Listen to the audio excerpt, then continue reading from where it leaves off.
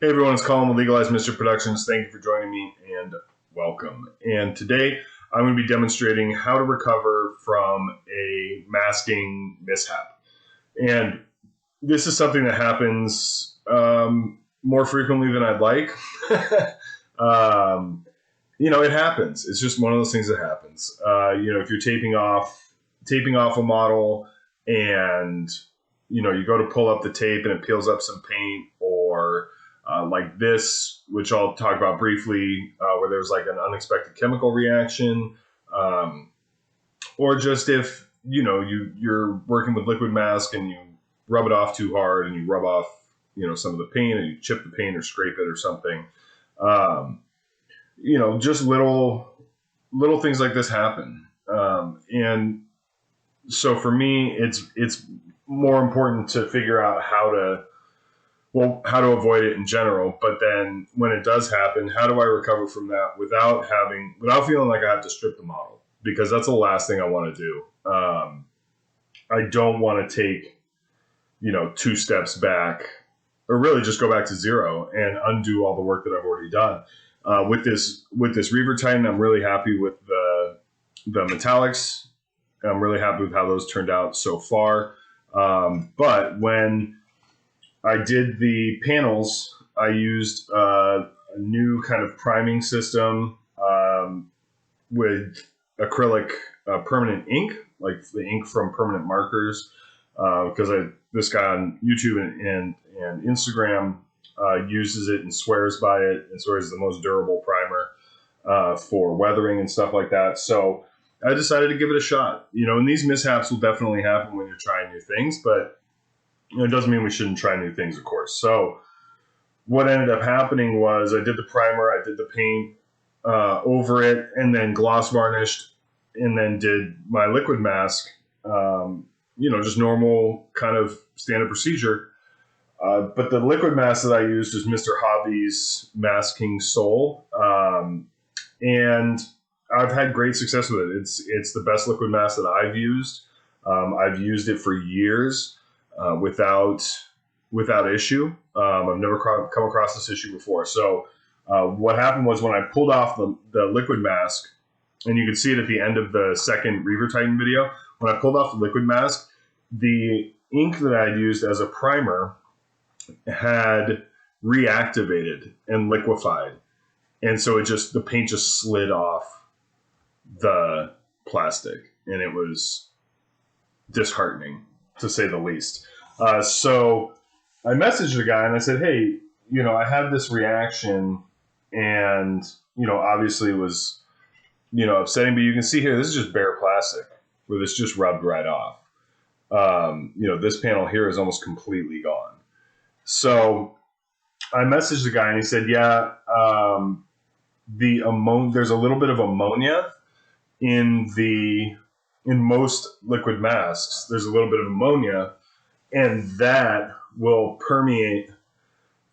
penetrate through the paint and varnish and everything and reactivate the Molotow ink.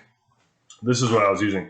Now this is not like an artist ink or like an acrylic ink that we would use for painting. This is like permanent marker ink. It is water-based. And so when I was talking to him, he said it's the ammonia that reactivates the ink. And so Molotow actually makes their own liquid mask that doesn't have ammonia in it. So I'm glad that I know kind of the root of the problem now, because that means that I can continue. I can save this and I can continue with my white spirit and enamel and oil kind of treatments for the weathering that I want to do on these legs and on the skeleton in general. I don't have to strip the model. So with that concern out of the way, what I do have to do is I do have to come back and repaint these panels, obviously. So just like with, if I peeled some paint up with tape, what I'm going to do is I'm going to start by kind of smoothing out the affected area. So to do that, because there's going to be, a little unevenness, and this isn't going to be perfect, because especially because this is a small space with some trim and some kind of weird angles and stuff. Like it's pretty smooth, but it's not perfectly smooth. So what I'm doing is I'm taking some 1500 grit wet dry sandpaper. I get this at the hardware store, and it's super cheap. This is really, really good for sanding plastic models. So because it's so fine that it doesn't leave like gouges in the plastic. It just smooths it out. I use it a lot after cleaning mold lines on like shoulder pads or helmets or something, like a smooth curved surface like that. Because the mold line remover, either the mold line tool or like the back of my X-Acto knife, is flat. So when I scrape that mold line, it's going to leave a flat. It's gonna make that plastic a little flat on that curve. So I'll just grab some of this 1500 grit and rub it a little bit and kind of smooth it out. So this stuff is great. It doesn't take off much material and it doesn't leave scratches behind. It just smooths everything out. So first things first, and we're just concentrating on these panels here, obviously. So first things first is just kind of looking and seeing where those problem areas are. And just very lightly, you don't have to apply a lot of pressure because we're really at a very, very low, like this, there's not a big ridge here that I have to deal with. It's very minor kind of uneven area. Sometimes it's more. Sometimes if I'm taping something off and I put 4 or 5 layers of paint next to it, and then when I peel it off, it's something gets messed up. There might be a little bump there, and I might have to sand down the paint around it and then paint the wider area. But this always works. This works to get an even finish, and it might not be perfect. It might not be perfectly, like here you can see that's like a pretty decent kind of hiccup right there, kind of decent chunk right there. But again, I don't have to take this all the way down to plastic. I just need it to be the same level as what's next to it. And feeling that with my finger, I can't really feel the difference there. So I want to be very careful not to sand off the detail from like the trim and stuff. I don't want to be so vigorous with this that I start sanding down these void shield generators, or I start sanding down the trim around it. I do want to be a little judicious and just a little careful. I'm going to hit this main panel here. Like this detail bit here would just get sanded away. So I'm going to try and be careful around that bit. But I do want to make sure that we don't have like really obvious lines where there used to be this kind of ink primer. Now I'm comfortable not taking the ink off completely because the black that's still remaining here is that kind of Molotow ink. And I'm comfortable leaving that behind because I'm not going to be liquid masking any of these panels anymore. The metallic's already done. And so I'm not going to be using any liquid mask on these panels anymore. And that was the troubling interaction. So I'm grateful for Marco is his name. I'm grateful for Marco, walking me through and kind of reassuring me that, that was the problem, and that it's safe to continue. I'm not going to concentrate on those because those are underneath the model, but that it's safe to continue painting on top of it and doing my weathering and everything without having to strip all the ink off So I think that's pretty good. Anytime I'm attacking a model with sandpaper, it's a little unnerving, but I just want to make sure that I'm not messing up the metallics. I do not want to go back and forth and back and forth and back and forth with this thing. I want this to be fast. This needs to be faster than like stripping and repainting would be. So that's all the treatment I'm going to do there. A lot of these panels are going to be, hidden, or they're going to be on the back of the model, or they're going to be on the underside of the model. So I'm not going to lose my mind trying to make these perfect. These aren't going to end up in, Golden Demon or anything like that. So I really want to move on. I want to move on with my life and get to the next step on this project. So this is just to me a masking tape, and then I use a little silicone tool sometimes to get, just because this is going to be a little tricky. I'm not masking off all these panels, but this is an easy spot to tape right in between these two big panels, and just like that, because that is going to be a visible area. So I want to protect that. And then I'll take a couple little pieces here. And when I'm taking this tape, I'm going to work it in my hands a little bit to get some of that stickiness off. I don't need it to be super, super sticky. But I'm going to just tape the top of these vents here so that because I'm airbrushing, I'm going to airbrush the primer onto most of these panels. So I just want to make sure that I'm protecting those. But I have some pretty good airbrush control, so I'm not going to mask kind of everything. And if I fudge a little bit, and if I get a little bit of black on the metallics, it's not the end of the world. I'm going to lose my mind over that. So, oh my gosh, come on, that's not how I wanted to start. Lost my little air regulator bit there. That just goes right back in.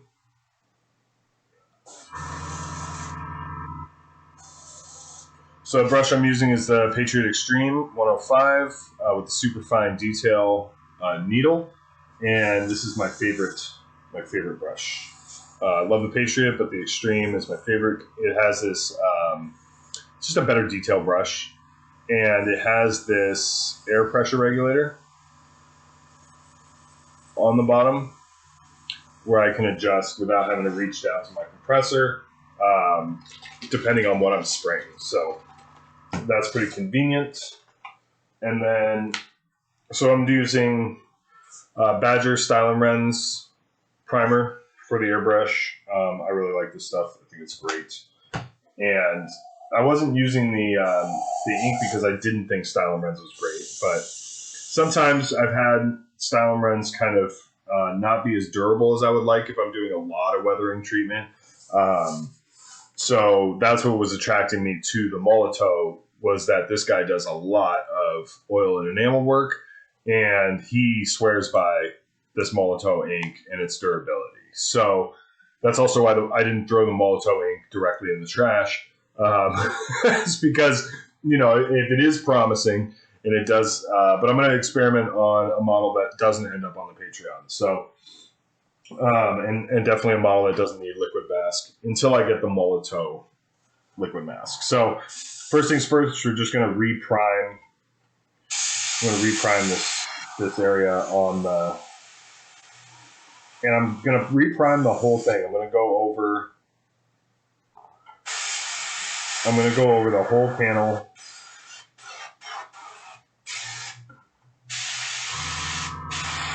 And just hit the reset button on. Now, when I'm spraying a panel like this and I don't want to get next to it, what I'll do is I'll angle it a little away from me, and that way the paint is going to travel. That way the paint is going to travel here and kind of flow that way, like the overspray and the extra particles and everything is going to go that way. If I'm trying to spray this straight on, some of that is going to end up next to it because the paint comes out in a cone, right? When it comes out the end of the airbrush, it doesn't come out in a straight line. It comes out in a cone.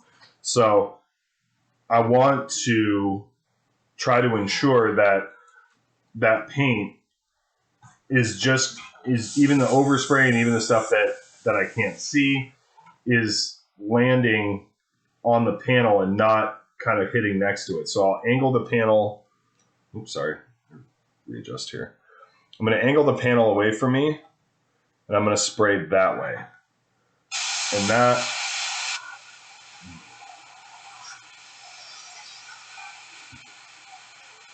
kind of ensures that I'm not getting, that I can get close to this edge without leaking over into the metallics there. Same thing here, kind of spraying up and away. And this is something that I practice a lot with my airbrushing, is kind of that directional spraying, so that it protects what I've already worked on, and it keeps me from having to. Now this, I have to spray this way into that vent, but I don't want to get any black paint on this kind of shoulder joint behind it. So what I'll do is I'll just put my finger in the way. I don't need to take the time to mask that off. If I just put my finger in the way, then that'll block anything that's going to come through. And because I taped this off, I can just go kind of straight down on this top panel here. And again, spraying away at an angle to get that side. Turn it, spraying away at an angle.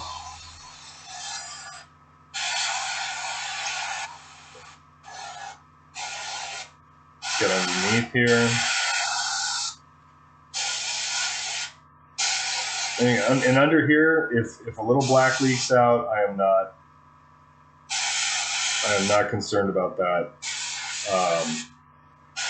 Nobody's going to be turning my Titan upside down and judging me for how the underside of the back of this Titan is painted. And if they do, I'll just regale them with the story of, ooh, what happened there?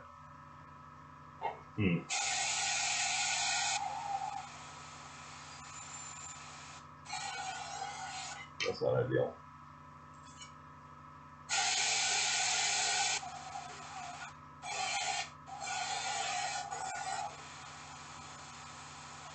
We've got a little puckering there. That's unfortunate. I'm just gonna let that dry out. Actually, I'm gonna get my finger wet and I'm gonna rub that down a little bit. Try and smooth that out.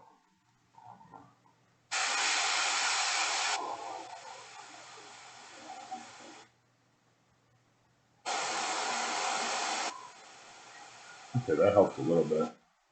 You can still see there's still a little. That helped a lot, actually.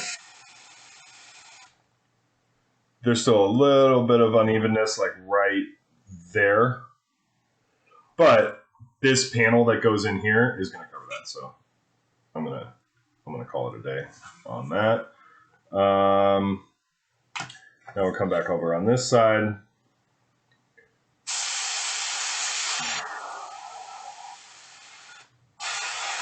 And this is a nice little opportunity to practice some more kind of precise airbrush work, trying to just stay on these panels.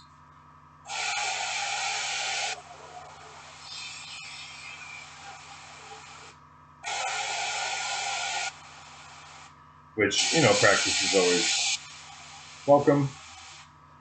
Oh, why is this? So you can see kind of that, a little bit of that unevenness kind of shining through on this priming step. Like, this isn't perfectly flat. There's a couple little spots here and there, but overall, like the side of that panel's nice and smooth. That panel's pretty smooth. That panel's pretty smooth. The side of that panel's nice and smooth. There's a little hiccup right there. But again, that's not something that, after the kind of catastrophic mishap, that's not something that I'm gonna worry about. I'm worried about getting, if that were my initial paint, if that were my initial prime on the back of this model, I might go hit that with the 1500 grit and just smooth it out, and then reprime that little spot there just to get it perfectly smooth. But this is not my initial prime. This is, a little ways down the road from that. So I'm trying to get back to like 90% of where I was. I'm not trying to get back to perfect. Because if I try to get back to perfect, I'm going to lose my mind. And it's going to be more work than, it's probably worth. So now I'm taking Vallejo Model Color Black, my go-to, my standard black. I'm just thinning it down a little bit with water. Or, I don't know, kind of a lot with water because it's not an airbrush paint. And then I always, after mixing or kind of switching colors or anything, I always come off onto my hand or next to the model and just make sure that everything's flowing well and everything, there's no spatter or anything. So now I'm going to come in here and just do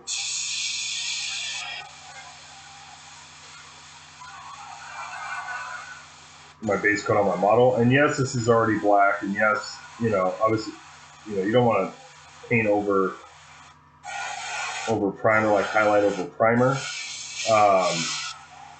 Some people do, but not that the Styler Brands primer is in nice black.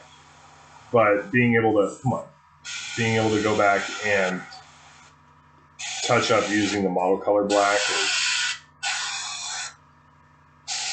much preferred, obviously.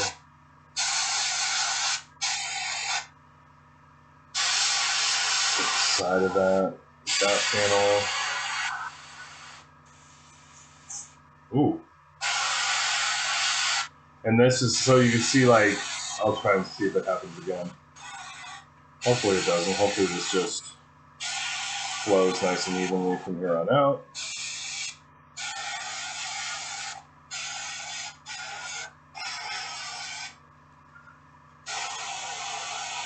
And I just love how matte this Vallejo Model Color Black is. It's great coverage.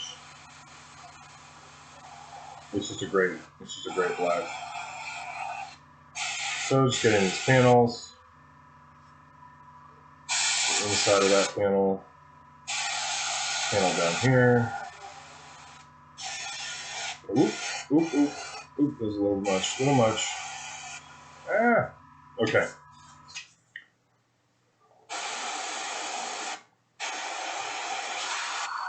That's dry.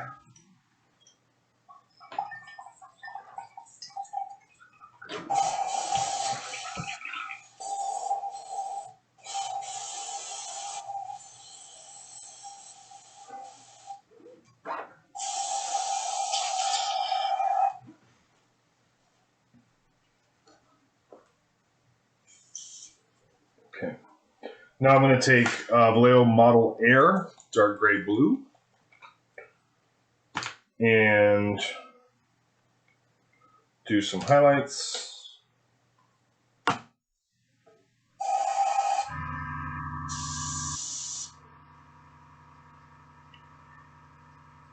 I'm going to get my fancy masking tools here. So I want to highlight on this curve here, and you can see in the second, it's going to be the same as the second part of the Reaver Titan video, but again, we're going to be doing that kind of directional spraying to make sure everything's coming out okay. And so by spraying away from me from the top, I leave a nice line. I leave a nice line there. I don't have to tape it, I don't have to mask it, I don't have to do anything fancy.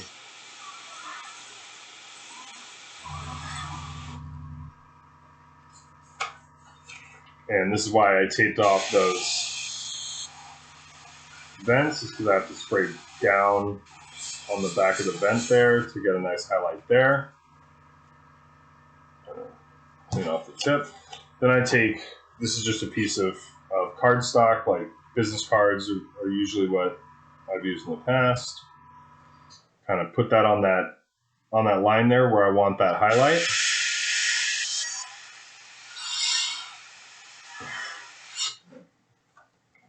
And get a nice line on that highlight without, and just a little peekaboo on the corner there.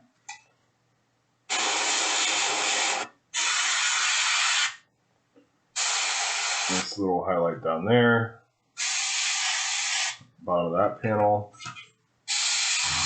Bottom of that panel. Bottom of that panel. And then just that last, excuse me.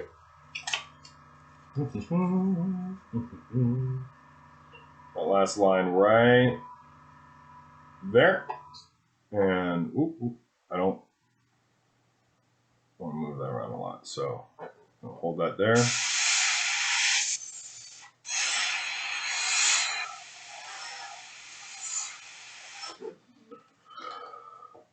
Then I got a nice line, nice clean line, little peekaboo highlight on that corner, on the bottom of that panel, and the same back here. And then I can take this tape off, and hopefully, there we go.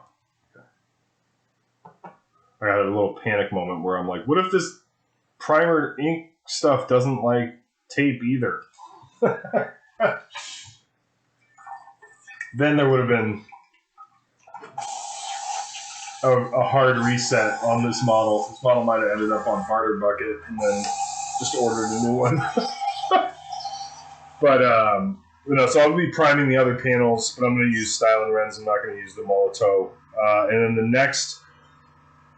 next section for this tutorial that you can see will be going and getting some paint on the panels and just mapping that out and how that works. So that's it for the airbrushing for now. And then these are really helpful. These little bent kind of hook nose little tweezers. These are really, really helpful for removing tape and doing tufts and all kinds of good stuff. So you see those vents are still intact. The black is back, nice and mostly even and smooth.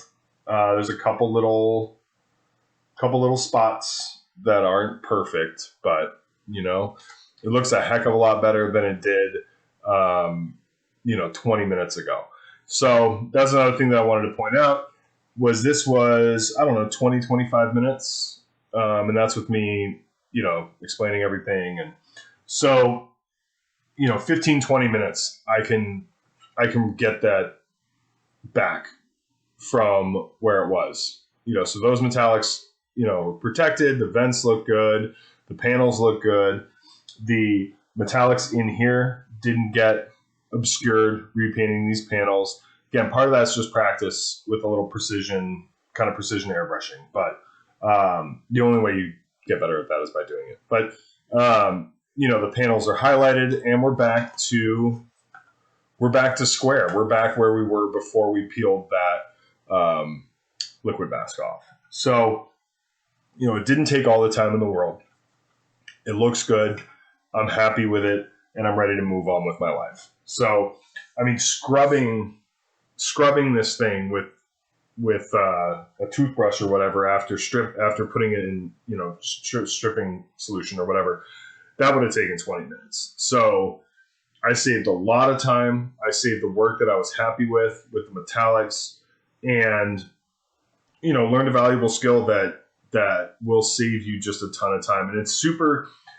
The other thing is, like, when those mishaps happen, it can really take the wind out of your sails. It can really just kill your momentum on a project. And if you're confident in being able to recover from that, it doesn't have the same kind of negative impact. It still sucks. It's still like, not again, or, you know, just fuck, stupid tape. But it doesn't have the same defeating, like, God, now I got to start this model over, you know. And I've known guys that, you know, they have something like that happen, and the model just sits there for like years, because it's just so painful to go back and do something you've already done. But if you have a plan and you have a way that you're fairly confident you can come back from something like that without having to start over, it makes those mishaps less tragic, like less momentum killers, right? It's more just, now I have to go, you know, do X, Y, and Z. Now I got to sand it and prime it and paint it and blend it in with everything around it. But this was nice because all the mistakes were contained on these armor plates. It's not out in a field, right? It's not just on the side of the tank or something. But it's the same steps. If it were on the side of the tank, exact same steps. You just have to do a little bit. You'd be a little more careful blending and all that stuff. But if you have a plan and you have the tools to fix that without having to start over, you have a little more confidence, and it's a shorter like detour away from what you were working on, which is great because, you know, the worst thing is losing that momentum on a model, and then either A, just kind of begrudgingly pushing through it, or B, just putting it aside and coming back to it, you know, sometime later, hopefully. So I hope that was helpful. I hope that was interesting and useful.